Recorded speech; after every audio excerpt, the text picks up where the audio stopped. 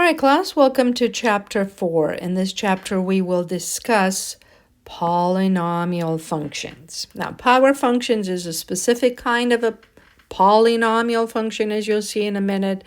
But again, same as we took our time and discussed linear functions in detail, absolute value functions, quadratic functions in chapter 3.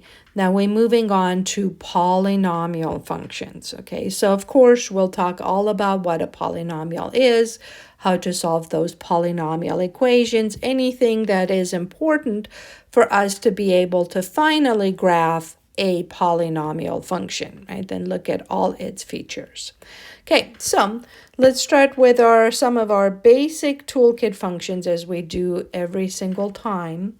And I'm going to remind you of what a power of 1 function looks like. A power of 1 function is simply your linear function, right? That's a power of 1. And if you graph your toolkit of 1, power of 1, then you just simply get a line right through the origin. Then just this chapter 3, we discussed quadratic functions, and here is one more time the toolkit function to that. It's going to be a turned up graph. So as you see, the graph goes only through quadrants 1 and 2. In other words, the y's are positive only, right? That's our parabola. And I just want one more. If one power function really that we didn't discuss just yet, but that's what we're getting into. And this would be our cubic function or power of 3 function. It is also one of our toolkit functions. We haven't used it much, but it kind of looks like a broken parabola. The positive side looks the same. The negative side goes on the negative side. So it's kind of like a halfway broken parabola. And then instead of making it go up here, it got flipped over the x-axis and it's on the negative side. Okay. So I knew it. It's all going to go away. So fine. Here it is, the cubic function. Now, what I'm trying to show you is that power functions really is just a number to some kind of power n. Be 1, 2, 3, 4, 5. Technically, a power function could be an x to the 1.5, but that's really not what we're looking at, right? We're looking on n being a natural number for a power. So 1, 2, 3, 4, 5. Please recall why we talked about what's a natural number, what's an integer, because we refer to those names, right, in this text. So the exponent should be a natural number. In other words, 1, 2, 3, 4, 5, and so on and so on. Okay. All right, and we might have a coefficient. As you saw from the quadratic functions, the coefficient in front of the x squared meant quite a bit. Even with our linear functions, the coefficient in front of x means quite a bit. The coefficient in front of x in a linear function is really just our slope, right? So that's huge for a line. For a quadratic function, that meant a lot. If it was positive, the graph was looking up. If it was negative, the graph was looking down. It also told us how narrow the parabola might be, right? And how it opens. So this number is huge. The same thing moving forward. We call that leading coefficient. So the coefficient of the power of the x with the highest power. Okay. If a is positive, same as with a quadratic function, the orientation will be the same as x to the power of n. If a is negative, the orientation is the same as negative x to the n. So I'm going to go back up here and all these power functions, and then what's going to happen? It turns out that we really don't need more graphs, because if I should look at a next power would be 4, a quadratic function of power of 4, in fact, looks just the same as an x to the power of 2. What it would simply do is that's going to go up faster, right? Because the numbers get larger faster when you raise them to the 4th power rather than to the 2nd power. So if the exponent is even degree, power of 2, power of 4, power of 6, our power functions are going to look like the x squared function, right? So like a parabola. Now, if you have a negative coefficient, so like a negative 2 times x to the 4th or a negative 3 times x squared, what that does is makes the graph flip, right? So it's going to go down. It's going to be a downward looking parabola. I can continue the whole thing for you if you want. Not the point, but that's what it is, yes? Now, the same way, if I'm going on with the 5th power, the 5th power looks just like a cubic function, just goes up faster, right? So it's going to be like our cubic function that will all have this shape. And if it's got a negative coefficient, then it's getting flipped about the x-axis, right? So then the graph is going to get flipped this way, okay? So this is the general shape for our power functions. Now, kind of as you see the linear function, this is odd. So it almost looks like a cubic, except for a line, it doesn't get to turn, right? It just stays first and third quadrant like any other odd function, powered function. It just doesn't get to turn. It has 0 turning points. So we'll talk about that in a minute as well. But I just wanted to show you how it goes through the same quadrants as every other odd powered function. Okay, so keep these general shapes in mind as it's going to be important. So let's sketch a rough graph of these 2 power functions. And that's pretty simple. So x to the 6 is an even powered function, so it's going to look like a quadratic, except for a is negative, right? So it's going to have to be a flipped even function. Of course, it's going to be super narrow because it's a power of 6, and it's even multiplied to negative 50. So you can put it in decimals and look at it again, or you're in your graphing calculators and look at it.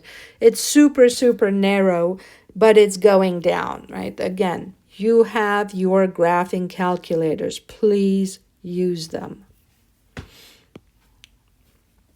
So here it is. Where's my graphing calculator? Here. I had negative 50 x to the power of 6. Yeah, see how narrow it is? Super, super narrow. However, as you see, it's flipped about the x-axis, right? It goes straight down in quadrants 3 and 4, right? So, but it's super, super narrow. Goes all the way down. Okay.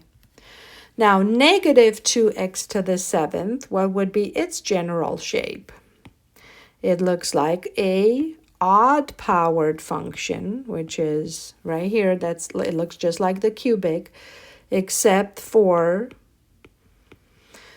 it's got a negative coefficient in the front. So that simply means we have to flip it about the x-axis. So it's going to be a flipped cubic looking function. All right. Again, put it in decimals. Don't get it wrong. Easy. Okay. So this orientation and this general shape is really about something we call the end behavior of a polynomial function. So we extend these rules to polynomial functions. What is a polynomial function? is really the sum of a bunch of terms that look like what we had. So for example, this is what a polynomial function could be. It could be negative 2x to the 7th minus 50x to the 6th plus 4x to the 5th. And you don't even have to have every power in it. You can skip a power, maybe, because that means its coefficient was 0. Yes, so this is a coefficient number times x to some power, a coefficient number times x to some power. Your coefficients can definitely be fractions as well. They don't have to be nice integers every single time. They could be decimal numbers, right? They could be anything they want to be, any real number. So a naught through an are real numbers. Now, if you remember, for a quadratic, we said ABC. For a linear, we said AB. We don't know what the highest exponent is. So I can't say ABC, and then that just simply means 3 terms. So that's why we go with a naught x to the 0, a1 x to the 1, a2 x to the 2. So these are names that we give these coefficients so that we don't have to commit with a, b, c, d, or because that would stop us, right, to a certain power. So a polynomial function is any power, and again, it could be just quadratic, or it could be just cubic. And it could be whatever it is, whatever power you want to go to. But these powers should be natural numbers. So don't put in negatives. Don't put in decimals for exponents. So the powers are all natural numbers. So positive integers, in other words. Okay. So here it is. These are all polynomial functions. Beautiful.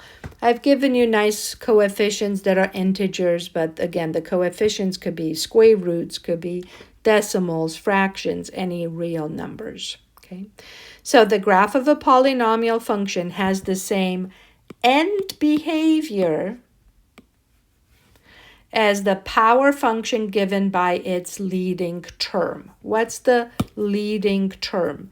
The leading term is the one at the front with the highest exponent, which is also why we like to write polynomials always in descending order of exponents. So even the quadratics we always factored, or the linear mx plus b, we start with the x and then we go to no x.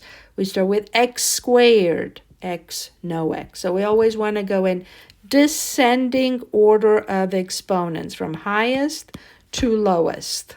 Okay, so here it is again. All right, so because the leading term should be the one with the highest exponent.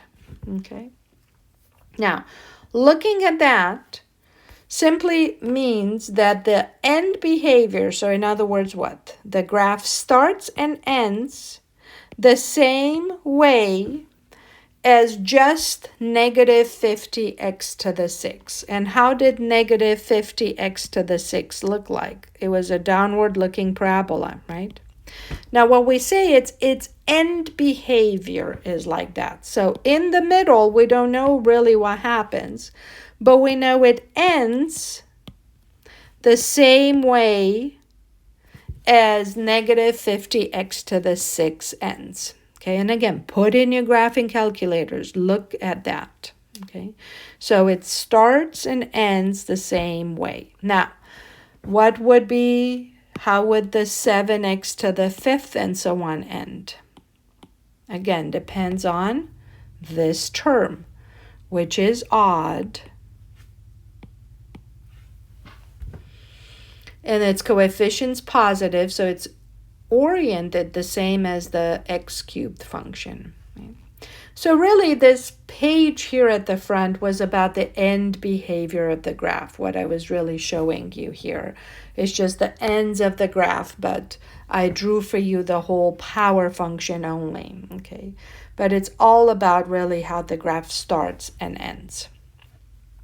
Again, put in your graphing calculators and these polynomials functions, and you'll see they start and end this way.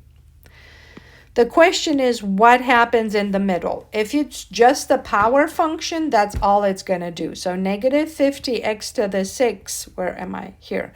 Negative 50x to the 6 will look exactly like this. There's nothing else going on in the middle. That's it. It's just a parabola turned down. We graphed it. You saw there's nothing else. Very, very narrow, downward-looking parabola. If you have other terms in between or afterwards, they might make something happen to the graph in between. Okay, so they will put something in this graph in between. That's the next question. What happens in the middle, in between these end behaviors? And here it is. In the middle, this graph might turn a whole bunch of times. Okay. A turning point in the graph is exactly what really a vertex does for a quadratic function, except for if your power is more than 2, you're going to have more turning points. So it says right here, first of all, just so you know, any polynomial function has a smooth, continuous graph. In other words, there's no corners, no breaks, no corners like an absolute value function would have, no breaks. I don't stop and start it somewhere else. Nice and smooth, up and down, turning nice every single time. Okay. Actually, not only that, but every single time it turns, this graph is symmetrically left and right of where it turns, right? So it actually opens the same way. All right. The number of turning points is always at most 1 less than the degree of the polynomial. So, for example, if I look at this polynomial function up there, let me write it again. The negative 50x to the 6 plus whatever you had, it really doesn't matter what else is there. 4x cubed minus 7x.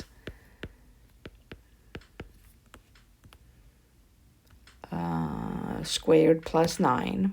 It really doesn't matter what else is coming for now. It's going to have what kind of end behavior? The end behavior is that of an upside down looking parabola. The number of turning points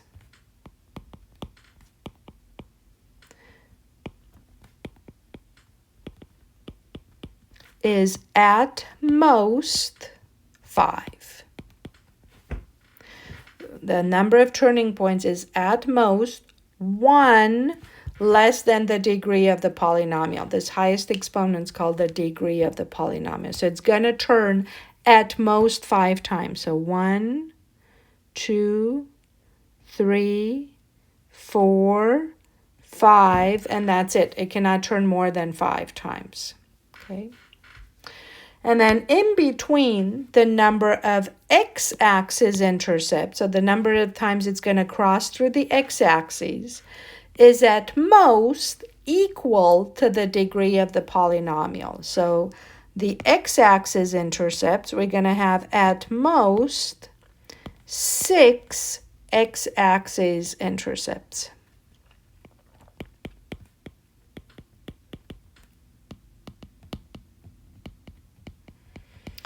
So if I were to draw some kind of x and y axis on it to graph this function, the number of times it's going to cross through the x-axis is at most 6.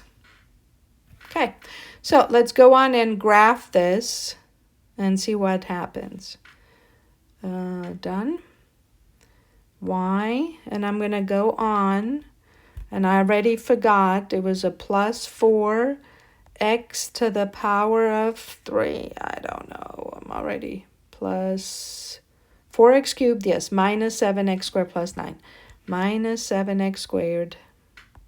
Minus 7x squared plus 9. Let's graph it.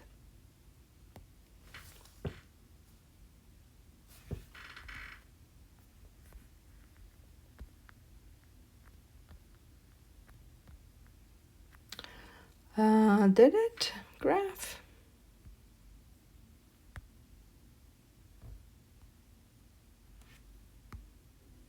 Okay. All right, well, I guess I didn't pick a very good example because these other terms, the fact that I didn't have too many, maybe they'll make a difference somewhere, they probably won't. But I'm actually surprised that it doesn't turn quite at all.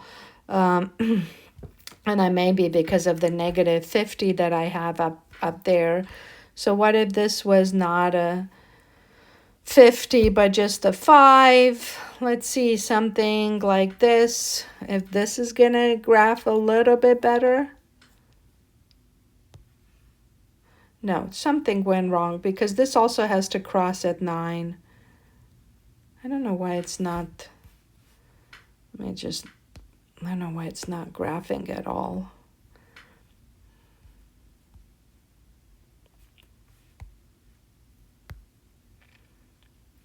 Let me just start over. Negative 50 x to the power of 6 plus 4x to the power of, oops,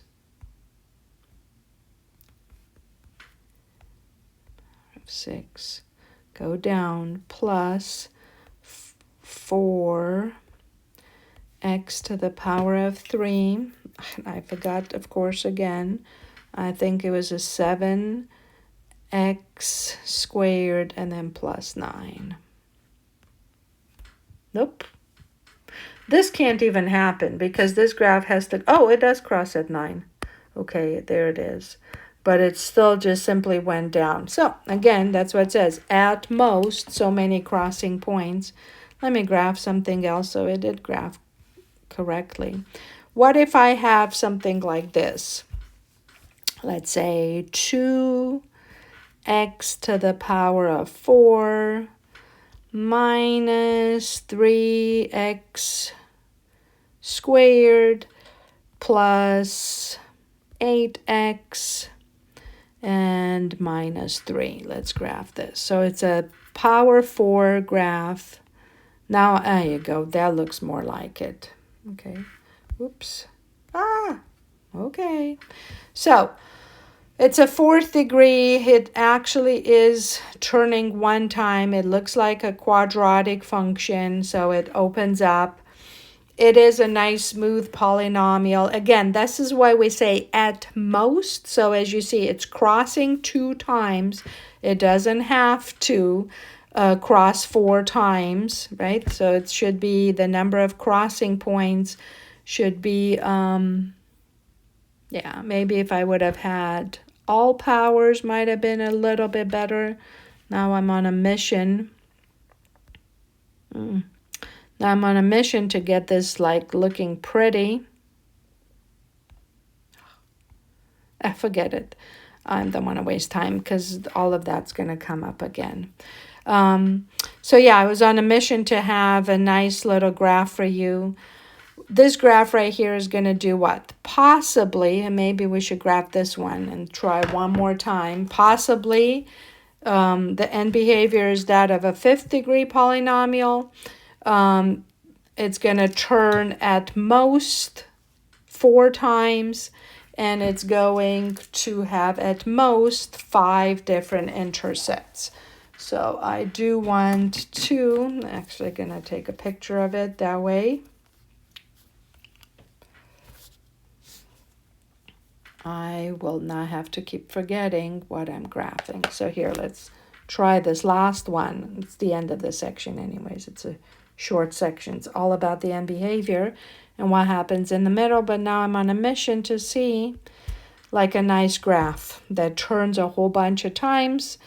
Usually happens if you have every single power involved, but it doesn't have to. Plus 7x squared plus 5x and plus 1. Okay, let's graph it. Oh yeah, that's pretty. Okay, so it does have the same end behavior of the cubic polynomial as you see. Yes, it does actually only cross 2 times, or actually maybe not. It may be hovering above and only crossing 1 time, but as we said, at most 5. And then our turning points are just going to be 2 in this case. Kind of evens out the bit, but then it keeps going. So it's nice, smooth polynomial. There it is. So yeah, I'm wondering if we would have like gone through every single power of it and then make them all there, put this, make this a 3, put this x and then make it a square plus 2x and minus 5. How about that? We went through every single power. Would this graph be any better looking? Not necessarily. Okay. But there it is. So this is why, as you see very well, it says at most. So no more than this many turning points, but you don't have to have them all. Every single time, though, however you see, it's got the end behavior of that highest power polynomial. So it's got the end behavior of 7x to the 5th. In between, it might turn 5 times. To end back there, it might turn 4 times. 1, 2, 3, 4 turning points. 5 intercepts possible, but at most. So you could just have 1 turning point. You can have 1 intercept, but at most that many. Right? And this is the end of 4.1. It was nice and short.